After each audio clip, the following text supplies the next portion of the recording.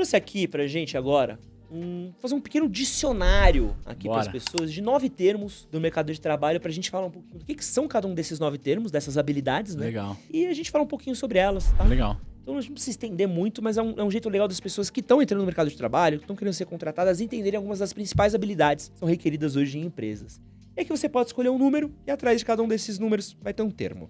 E eu escolho. Você escolhe. Então eu vou começar com 9. Vamos pelo 9, que é aprendizado contínuo. O que é um aprendizado contínuo, Ti? Bom, o próprio nome sugere, né? Aprendizado contínuo, estar aprendizado, mas eu acho que vale a gente expandir isso para dizer o seguinte. A gente pode de estar aprendendo o tempo inteiro. Não necessariamente aprendizado contínuo significa um curso novo, uma graduação, uma pós, não é nada disso. O fato de você estar aqui assistindo esse vídeo é um aprendizado contínuo. Às vezes tu tá na Netflix assistindo um documentário, um filme, uma série, principalmente séries temáticas, né, trazem para você um processo de aprendizagem. Então, eu penso que o profissional ele tem de entender que ele não pode parar de aprender nunca. E mesmo na hora de lazer, existe processo de aprendizagem que é interessante. Então, vamos pegar um exemplo aqui de mercado financeiro, que é onde eu estou inserido muito, assim. Eu posso aprender mercado financeiro só no Insper, né, que é uma das referências do mercado? Não. Se tu tá na Netflix e vai assistir Suits, vai assistir Billions, melhor dizendo, você vai ver muito sobre o mercado financeiro ali. Ou seja, eu acho que vale o profissional pensar que a todo momento ele pode estar aprendendo. No Uber, quando você está disposto a conversar com o Uber, pode ter um processo de aprendizagem ali, porque o Uber fala alguma coisa que você não havia pensado. E um ponto eu acho que é muito importante, a gente tirar preconceitos. O que eu quero dizer com isso? A gente está vivendo um mundo muito polarizado por conta de política, e aí a gente já cria preconceitos de falar assim, porra, eu não vou ouvir esse cara porque ele é um bolsonarista, eu não vou ouvir esse cara porque ele é um lulista, seja lá o que for. E você perde a oportunidade de ouvir com aquela pessoa porque você criou uma amarra. Então, acho que aprendizado contínuo tira as suas amarras, tira os seus preconceitos e esteja disposto a aprender sempre mais. Em alguns casos, vai requerer um curso, vai requerer uma certificação, uma pós, mas em muitos outros casos, você aprende mais com o porteiro do teu prédio, sendo educado, sendo gentil, falando com essa pessoa, do que necessariamente precisar pagando um curso caro. Nunca para de aprender, eu acho que é isso. Eu acho muito louco do aprendizado contínuo, que é um pouco do que a gente falou do podcast, do formação em faculdade, que às vezes o cara me formei na faculdade, por isso vou ter uma carreira de sucesso. Não vai. E aí, me formei na faculdade, nunca mais vou precisar estudar, né?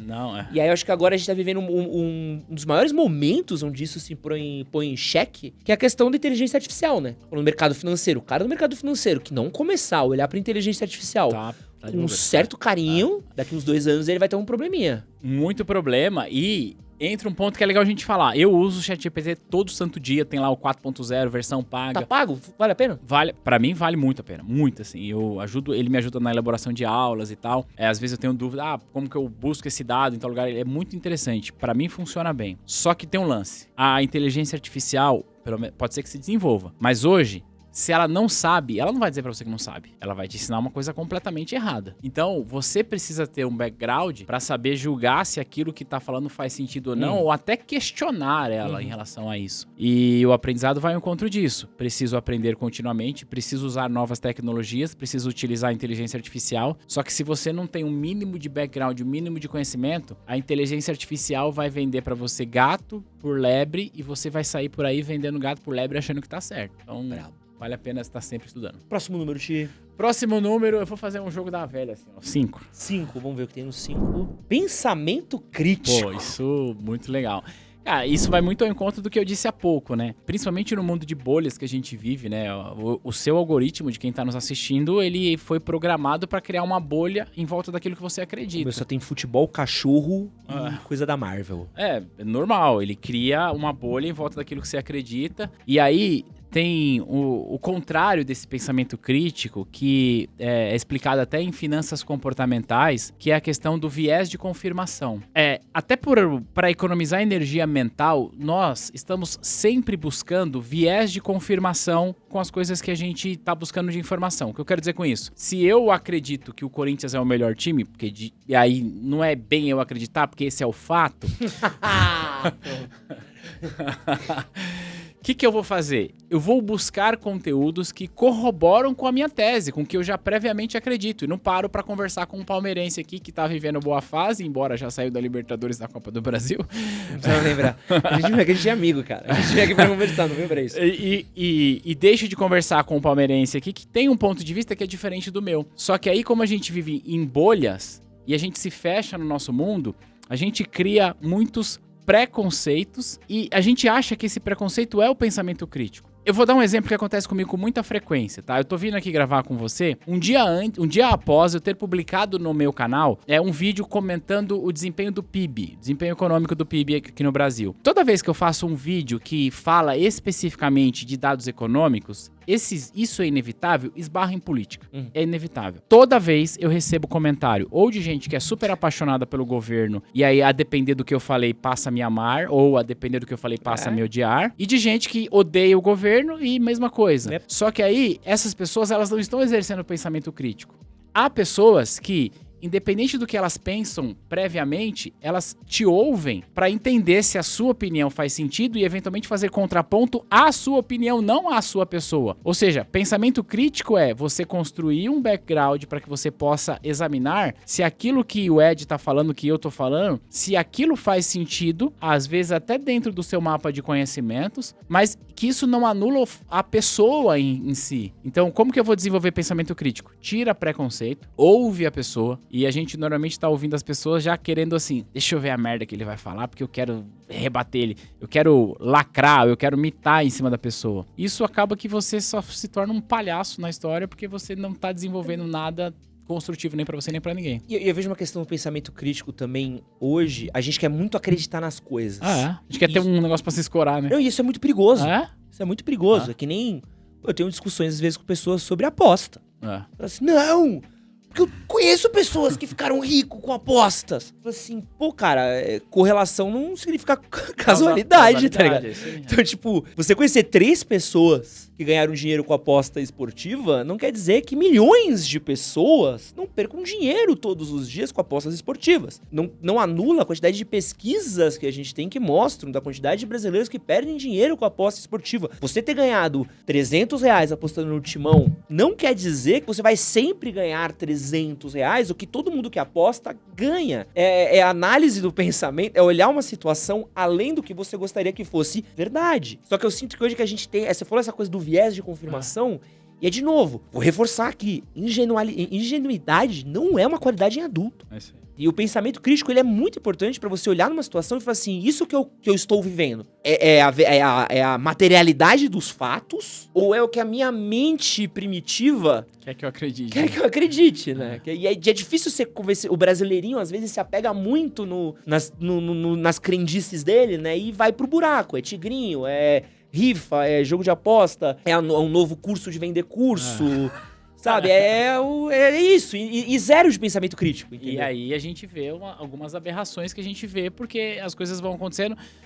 E aí é inevitável a gente entrar na política, mas eu vou tentar ser cuidadoso com as palavras. A gente acaba vendo personagens políticos que esses personagens, as pessoas se agarram a essas pessoas como se aquelas pessoas fossem o Messias, fosse a salvação. Não vem usar o termo Messias. já pega no lado. Mas como se aquelas pessoas fossem a salvação dos seus problemas. E não são. E entra num ponto que o cara se sente ofendido. Se eu falar mal do teu candidato, você se sente ofendido pessoalmente. Se eu falar mal da aposta esportiva, se você joga, eu não estou falando mal, eu estou falando um fato, uma questão objetiva. Você se ofende pessoalmente. E não faz sentido. Ter pensamento crítico beleza, eu gosto da minha bet aqui, da minha aposta esportiva. Pessoalmente eu não gosto. Pessoalmente isso é perverso, eu acredito nisso. Ok, mas saiba que a estatística está contra você.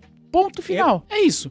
A maior chance é que você vai perder dinheiro. Até porque é só você pensar o tanto de dinheiro que tem sido utilizado com propaganda, com publicidade, com não sei o quê. Porra, algum pato tá pagando essa conta. Talvez você vai ser o próximo. É isso. Tenha a mente pra isso, fim. Próximo, Ti.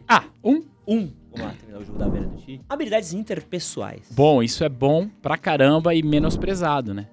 Tá relacionado com a maneira como você lida com o meio onde você tá inserido. Tá relacionado com a maneira onde você... com a maneira como você se comunica. Tá relacionado com a maneira como você se porta. Tá relacionado também com inteligência artificial, não. Nesse caso, emocional. Pra lidar com os desafios que a vida vai impor pra você. embora a gente gostaria que fosse o contrário, a vida, ela é feita mais de dias difíceis do que de dias fáceis. A nossa vida, principalmente depois da vida adulta, é quase que 11 meses de dias difíceis e 1 mês de dia fácil. Quando a gente consegue ter aquelas férias. Porque o trabalho é rotina, é cansativo. Então você precisa saber lidar com isso e saber lidar com as pessoas que estão à tua volta. Porque você tem dias difíceis, mas às vezes o teu chefe também tá no dia ruim.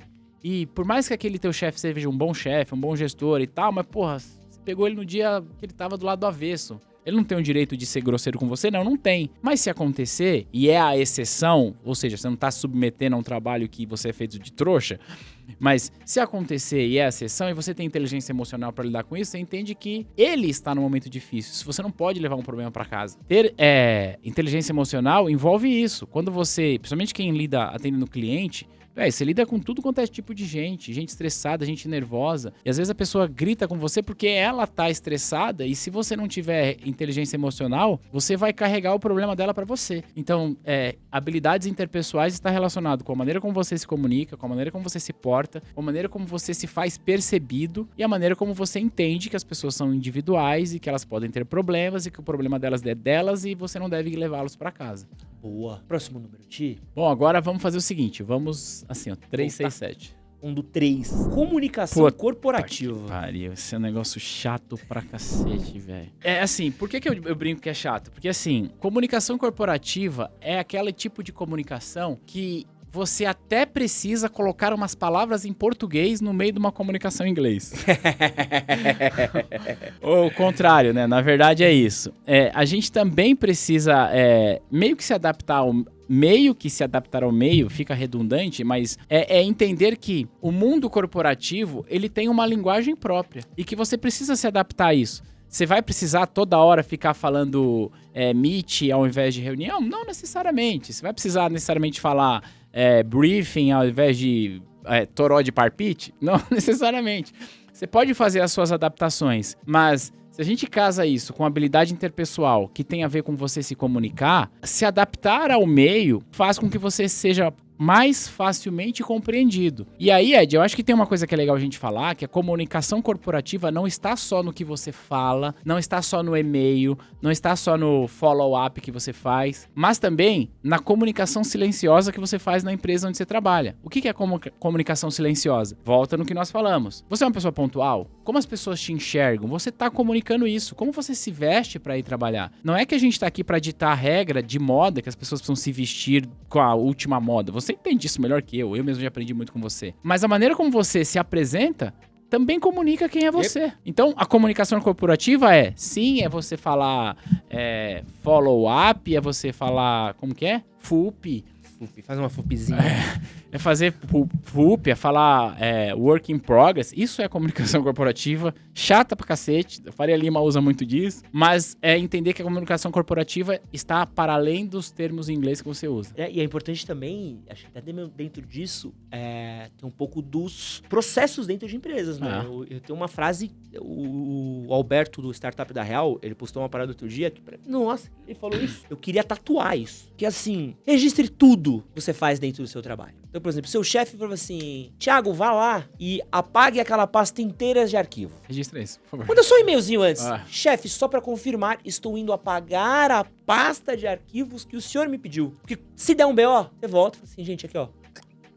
E aí você vai ter ferramenta Slack, Trello, Asana, Notion. Não falta ferramenta. E-mail. Mas tudo que você puder, tudo que você olhar, até no que pode falar, não, impossível isso dar errado. Dá uma registradinha, porque no dia que der um problema, tem um histórico, e você só vai, e não vai precisar, isso não é pra ficar jogando na cara dos outros o tempo todo. Não. É só porque no dia que der ruim, você não vai precisar nem discutir. Você vai falar assim, gente, tô só encaminhando pra vocês aquelas 3 mensagens que eu mandei. Boa sorte na resolução do problema. E eu penso que isso também, o contrário é verdadeiro. No sentido de que, idealmente, seria bom que o gestor também comunicasse isso. Tem um feedback, tem uma melhoria, deixa isso registrado. Porque em algum momento, esse gestor vai precisar desligar o funcionário. E não é justo você desligar uma pessoa de surpresa. Não é justo. Na maior parte das vezes, quando a pessoa é desligada, ela já vai sentindo antes disso, né? Porque feedback, uma conversa e tal. Às vezes ela mesmo não tá ali falando em comunicação corporativa, ela tá com... ela não tem fit cultural com a empresa. Lindo. Exato. Lindo, é normal. Mas se você pode registrar feedbacks, pontos de melhoria, até sugestões, acho que é melhor pra todo mundo ficar protegido e a coisa vai se organizando. Boa. 7? 7. Vou pro 7, então. Habilidades de negociação. Porra, essa é maravilhosa. É assim, ó. Se você não sabe negociar, se você não sabe vender, você vai vender a sua hora por um preço horrível. Você vai ser mal remunerado. É isso. Eu falo com muitas pessoas, muitos jovens profissionais que estão em início de carreira. E muitas pessoas, têm um pouco de receio. Eu não quero ser vendedor. Ontem mesmo, uma pessoa na minha caixinha de perguntas, mais uma vez, né? Eu tô muito inserido no mercado financeiro. A pessoa falou assim, tem alguma vaga no banco que não precisa vender? Tem. Da porta pra fora tem bastante coisa. Você vai comprar muita coisa do banco. Mas assim, óbvio, existem cargos, existem posições que não são posições comerciais. Que eu não vou, olha, tá vendo essa água? Não é isso. Mas o fato é que você precisa negociar o tempo inteiro sobre a sua carreira, sobre a sua capacidade. A gente falou muito aqui sobre conhecimento, sobre habilidades e tal. Só que é assim, isso é uma parada que eu ouvi você falando, inclusive. Você pode ser o melhor profissional do mundo. Se você não souber comunicar isso, não serve de nada. Então, a habilidade de negociação é você comunicar bem o que você faz e também dizer o seguinte, olha, eu não sou um vendedor, mas eu vendo a minha hora. Se você não negocia o teu salário, o teu conhecimento, se você não negocia um lance do híbrido, tá um negócio que tá ruim pra você, tá ruim pra empresa, só que você não abre a boca. Você vai ficar indo lá, pegando 2 horas pra ir, 2 horas pra voltar, pra fazer a coisa que você podia fazer em casa, porque você não sabe negociar. Pensa quem trabalha... Negociação é tão forte. Eu tava pensando assim, qual que é a vaga que talvez tenha menos a ver com negociação, que mais precisa de negociação? Porque o vendedor é a primeira. Certo. Eu pensei, qual que é menos de uma empresa? RH. RH tem a ver com negociação? Não, mas tem muito. É que mais precisa de negociação. Você vai negociar com a contratação, com o salário, com os benefícios, com o sindicato... o tempo todo. Então, do setor comercial, do setor de comunicação, do chefe, E isso aqui, a gente bate muito na cultura individualista que a gente tem hoje em dia, né? Mas vamos pensar em negociação? Todo mundo que tá nos assistindo tem um relacionamento afetivo. Você namora com uma mina, com um cara, seja lá quem for. Não, todo mundo se vai muito vender. Não, mas gostaria de ter. Sabe que você gostaria, mas tá difícil. Sair de casa, tomar um banho, se arrumar, né? É difícil. Bom, enfim. Mas gostaria de ter. Você só vai conquistar aquela mina, aquele cara, se você souber negociar. Essa é a verdade. É mostrar o seu valor, mostrar o quanto que você é uma pessoa interessante, porque no final da história é isso, a gente tá buscando pessoas que são interessantes pra gente. E negociar não é só ganhar, né? Não é só ganhar, é ceder também. Que as pessoas acham que negociação é sair ganhando e sair perdendo. É aquele cálculo, e eu tive isso numa aula de pensamento estratégico, que negociação é assim, qual que é a menor perda que eu aceito ter pelo maior potencial lucro, ganho potencial pelo ganho. Então, tipo assim, eu vou ganhar tanto, mas vou abrir mão de tanto. Então, tudo bem eu abrir mão disso, sendo que isso daqui pra mim tem valor. Só que a galera acha que a negociação chefe, vou ficar no home office, se fode aí! Acho que negociação é exatamente isso, né? Você precisa negociar e você precisa ceder. Se você não ceder, meu amigo, você não vai conquistar nada. Boa. 2. Bora. Fazer o cruz agora. Inteligência emocional. Falei bastante já sobre isso. Já falamos, então já matamos. Acho que eu tava antecipando as coisas. E eu não sabia. Eu já assisto o teu programa e eu vinha conversando e falando, eu não sei o que ele vai colocar naquele quiz lá, porque... Mas é legal, tô gostando. O que eu quero dizer eu não sabia, vambora. Boa. 4, então, João. Branding pessoal. Também dei aqui uma passada disso. Tem um capítulo no livro que eu falo sobre isso, né? Que você é uma marca. O fato é que a gente esquece dessa história... Mas a gente precisa valorizar a nossa marca pessoal. Isso tem a ver com o que você faz e fez muito bem, que é você ensinar coisas pro homem. Cara, como você se veste bem, com um acessório legal. Parece que é besteira, mas não é. Eu sei que eu não preciso falar isso pro teu público, né? Teu público conhece disso até melhor do que eu. Mas o fato é assim, Ed, eu posso me vestir do jeito que eu quiser? Posso. Eu posso me vestir e ir trabalhar de pijama? Às vezes não, mas em linhas gerais... digamos que eu possa. Eu posso não cortar o meu cabelo, eu posso não fazer... Pode. Só que você não tem poder de influenciar como a outra pessoa... Aliás, você não tem o poder de influenciar a maneira como a pessoa te enxerga. O que eu quero dizer com isso é, você precisa entender que o teu papel é influenciar a pessoa a enxergar o teu valor. Ou aceitar que a escolha que você fez vai gerar uma percepção no outro. Isso, melhor. Que o outro não precisa ter, não vai ter a mesma avaliação que a sua. Eu me visto assim, as pessoas deveriam me aceitar. Não vai. Ingenuidade não é uma qualidade em adultos. Exato. Entendeu? E isso que você tá falando e até mesmo, por exemplo, um traço de personalidade meu que eu tenho, essa questão às vezes um pouco mais agressiva, mais incisiva, mais sarcástica. E eu poderia esconder isso. Só que é tão inerente a quem eu sou, que às vezes sai pelo ladrão.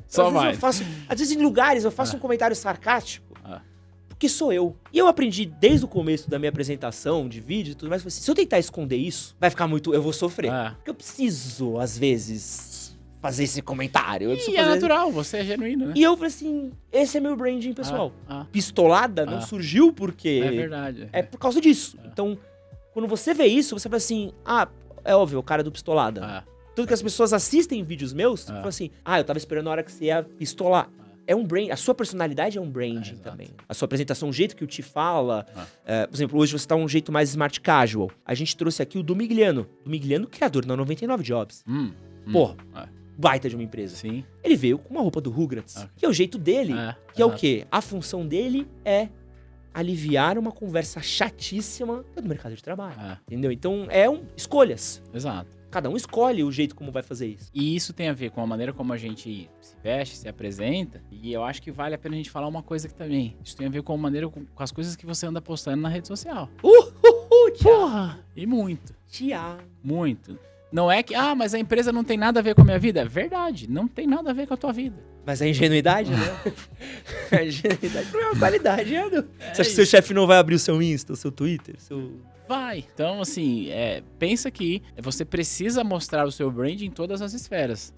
A maneira como você fala, a maneira como você se veste, como você se porta, como você se relaciona, o que você posta nas suas redes.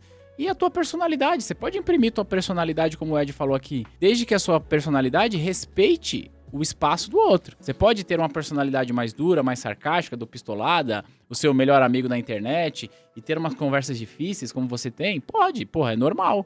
Você pode ter uma comunicação onde você fala mais palavrão e fala menos palavrão? Porra, normal, é do jogo. Só tem que entender o ambiente onde você está inserido. Se você, vou exagerar, se você quisesse se comunicar para um público de pessoas que são predominantemente evangélicas, você teria de falar, peraí, eu tenho que diminuir um pouco. É isso. É então, tipo quando eu vou fazer palestra. Entenda o meio onde você está inserido e se comunique adequadamente. Não tem certo nem errado, mas entenda que a maneira como você se comunica, como você apresenta, vai gerar impressão no mercado e no meio e você é responsável por isso. Se você assistir meu TED, você vai ver que eu não falo nenhum palavrão e não xingo ninguém. É isso. Eu não falo, você é burro em nenhum momento. Não, eu sou tranquilo. Quer ir pro 8? Bora. Perfil analítico. Isso é bom. Você ter a capacidade de analisar antes de tomar uma decisão é uma capacidade rara, sabia?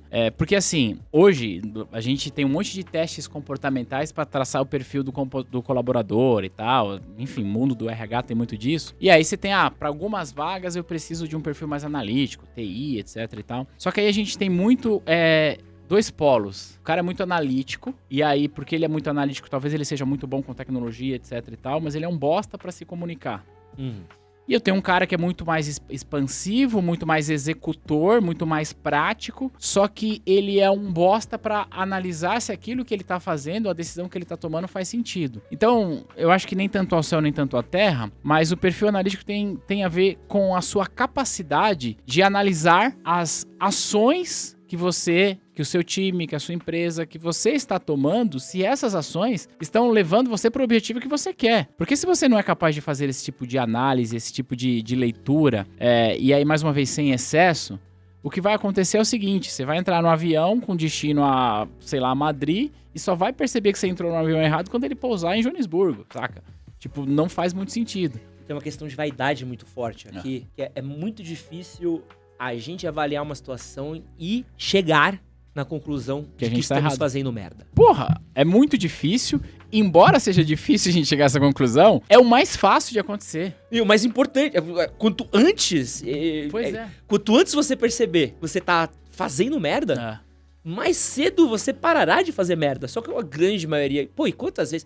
já trabalhei com gente de tá fazendo merda. Seguir fazendo merda. De olhar e falar assim... Quando é que você se ligou disso? Não, lá pra 2 meses atrás. E por que você continua? Você optou por 2 meses continuar, sabe? Que você podia ter parado 2 meses atrás, a gente podia ter tido essa conversa. E é muito louco, né? Porque esse perfil analítico, às vezes, é o de olhar uma situação e falar assim, vamos supor que a gente estivesse gravando um podcast. E, não estamos, né? Mas vamos supor que não estivesse legal. Teria necessário uma análise minha, tipo assim, talvez isso não esteja legal. Talvez eu tenha que mudar a condução. Vamos por outro caminho. Talvez eu tenha que fazer isso. Ou talvez eu tenha que encerrar. Teve um episódio que não foi ao ar no meu podcast antigo. Caramba. Porque em determinado momento, depois de gravando, eu olhei e falei assim, pô, isso aqui não tá legal. Aí eu me comuniquei. Boa. Ó, a gente tá fazendo... É mais pra cá do que pra lá. No segundo momento eu pausei, falei, vamos tentar alinhar umas coisas aqui, porque acho que não tá rolando. E aí, um terceiro momento, eu olhei a situação e falei, cara, não vai melhorar. E aí eu falei assim, eu posso continuar isso daqui por mais 40 minutos? Eu posso encerrar agora e almoçar mais cedo. Encerramos. Tchau. Comuniquei com a minha equipe. Falei, gente, isso aqui não vai pro ar. Porque às vezes você precisa ter um pouco... É uma análise cruel. É uma análise triste, mas eu falei assim, eu tô poupando 40 minutos do meu time de estresse. Eu tô poupando 40 minutos desse convidado pra gente gravar um papo que não vai pra lugar nenhum. E depois eu vou poupar o constrangimento que vai ser pro convidado. Eu publicar isso daqui. E ficar ruim. E vai ficar ruim pra ele. E depois vai ficar ruim pra mim. Tipo, pô, como é que você publica um papo que tá assim? E às vezes... E é ruim.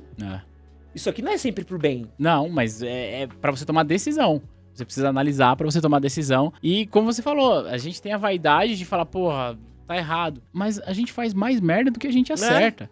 E se a gente puder reconhecer isso, é melhor. Porra, você vai ter um perfil analítico, minimamente analítico, pra saber se o que você tá fazendo faz sentido, se você escreveu faz sentido, se a administração da tua grana tá fazendo sentido, porque, embora a gente não tenha dito, sua carreira é maior que o seu emprego, você precisa gerenciar a sua grana. Porque eu não sei a idade da galera que te assiste, tá? Faço parte da sua audiência, mas talvez a sua audiência tenha, sei lá, 40 menos, já que eu tô no 42 aqui. Cara de 25 hoje, ele não vai se aposentar. E eu não sei porque que eu entrei nesse assunto, mas o fato é, você precisa ter um perfil analítico também para analisar as suas finanças e a maneira como você está gerindo isso, porque senão vai dar merda lá na frente e se você não analisou e não tomou uma decisão, você não vai ter a quem chorar, porque o INSS não vai estar lá para pagar a tua aposentadoria, ponto. Viu, Joãozinho? Fica esperto aí, viu? Boa tarde, boa semana, bom final de semana para vocês. Se diverte muito jogando seu videogame no sabadão. Mas a gente já vai falar disso, não se preocupe. E pra terminar o número 6... Bora! Delegação de tarefas. Você pegou no meu calcanhar de Aquiles. Não consegue. Não, é assim. E eu acho que essa parada do perfil analítico e também autopercepção é muito legal você reconhecer as suas limitações. Eu tenho um perfil de ser muito centralizador e, sendo muito centralizador, também tenho um perfil de não delegar, de delargar. Saca? E delargar é a pior merda que você pode fazer. E eu aprendi isso a duras penas, né? Hoje, ainda bem, tem gente no meu time que tá cuidando mais da operação do que eu mesmo.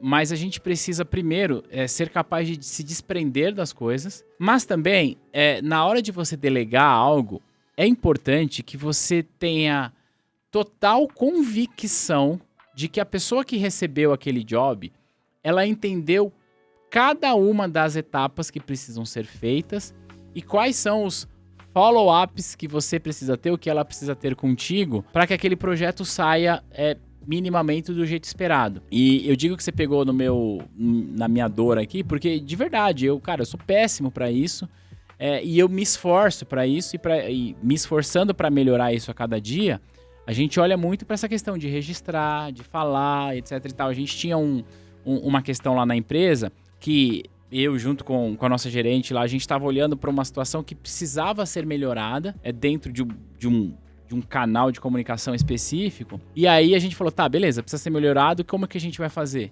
Então tá bom, a gente vai agora delegar para quem é de direito, que faz isso, mas a gente vai registrar todas as etapas, o que precisa ser feito, o que foi feito e o que pode ser melhorado e por quê. E tem um lance que é muito importante. Se você, enquanto gestor, vai delegar uma tarefa para alguém e você não explica para essa pessoa o porquê dessa tarefa, ou quando você precisa mudar, você não explica o porquê precisa mudar, você está criando um robô que só vai saber apertar botão. O ser humano, o adulto, ele precisa de encontrar significado. Então, ao delegar, explique para a pessoa o porquê que ela faz aquilo, qual que é o significado. E na hora de você corrigir, porque tem erros, na hora que você analisa, você percebe que tem erros, na hora de corrigir, pontue o que precisa ser corrigido, obviamente sem atacar a pessoa, mas falando sobre aquele assunto, mas principalmente, Ed, explica o porquê aquilo precisa ser mudado. Porque se você fizer isso, você vai poupar retrabalho no futuro. Eu tenho um problema com muita coisa que eu faço, eu comecei fazendo sozinho. Isso é um problema do empreendedor. Então, tem coisas, por exemplo, que eu não delego. Se eu fizer, é mais rápido. Porque eu não sei explicar. Então tem coisa que eu falo assim, eu não sei te explicar a metodologia pra fazer isso. Então eu prefiro nem te passar. Por exemplo, tinha uma vaga que eu tinha aberta, que eu fechei ela. Falei assim, cara, eu não consigo treinar alguém pra fazer isso. Porque o mercado não tem, eu não sei explicar. Isso é um problema, né, cara? E eu faço isso tão fluido, sabe? Tipo assim, sabe, eu sento e vai. Eu tava tendo mais estresse corrigindo o que tava feito errado do que fazendo. Então, disso eu falei assim, ó, isso aqui eu não consigo abrir mão, já entendi. Mas aí eu falei assim, beleza, o que eu posso abrir mão? Eu posso abrir mão disso, eu posso abrir mão disso, eu posso abrir mão disso, eu posso abrir mão disso. Então eu abri mão de um monte de coisas que eu não podia abrir mão. Que eu podia abrir mão. Eu falei, isso aqui eu fico. E aí hoje eu tenho uma coisa, com meus editores eu faço muito isso, né? Eu tenho um editor maravilhoso, que é o Matheus. E o Matheus, ele é novo no meu time. É um cara que ele é muito novo, tá começando a trabalhar fixamente com um canal no YouTube agora. Então eu gosto muito de virar pra ele e falar assim, Matheus, eu preciso que você faça isso. Mas eu preciso que você faça isso desse jeito por causa disso. Sabe? De tentar deixar, tipo assim, pra não parecer, tipo assim, o meu chefe é louco.